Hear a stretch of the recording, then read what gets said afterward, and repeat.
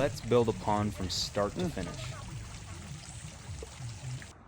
So here is what the pond looked like when we first started, and a lot of rock in weird places. So that was the first thing we had to do, was get all these big rocks out of the way, as well as get all these bricks moved out, because there was a cheap tarp in there that really didn't hold any water. It maybe only held 80 gallons total, and we wanted to do a complete redesign of this pond. New layers, make it bigger. We wanted the ultimate goal for it to hold at least 800 to 1200 gallons of water.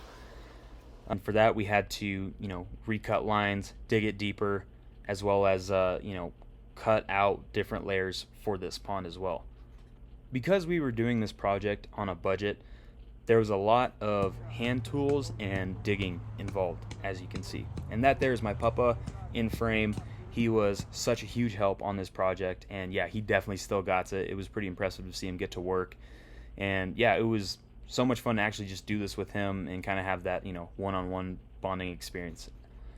But yeah, this was us on the first day, and yeah, a lot of digging was involved. We had to get the pond deeper. We live in Colorado, so we had to get it at least 3 feet deep for, the fish to be healthy and safe over winter, as well as, wider. We had to widen it out because it was just, kind of a canyon cut when we initially got to it, but we needed to make it more bowl-like and have layers to it for the ultimate final look of this pond.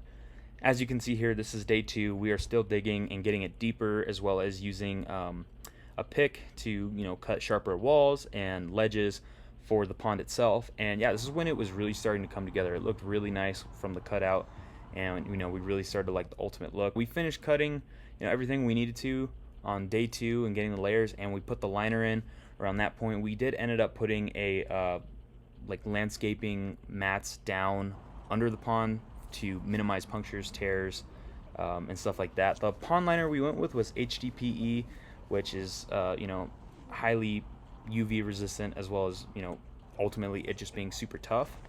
Definitely would recommend doing 20 mil or above if you plan on doing a pond yourself. It just is a lot thicker, way more durable, and less chance of tears or punctures or anything like that. And yeah, the pond was looking great here. We were kind of adding the final touches. This, I believe, was day 3. We were really finalizing the waterfall and making sure that it looked right, it looked good, as well as also creating the top layers, which plants, flowers will go up here next year. So yeah, this pond will definitely look way different and a lot more alive in the spring next year. So here we are adding just the final touches, making things more level, making sure the layers are cut more evenly. And as you can see here, I'm spraying some water and cleaning some of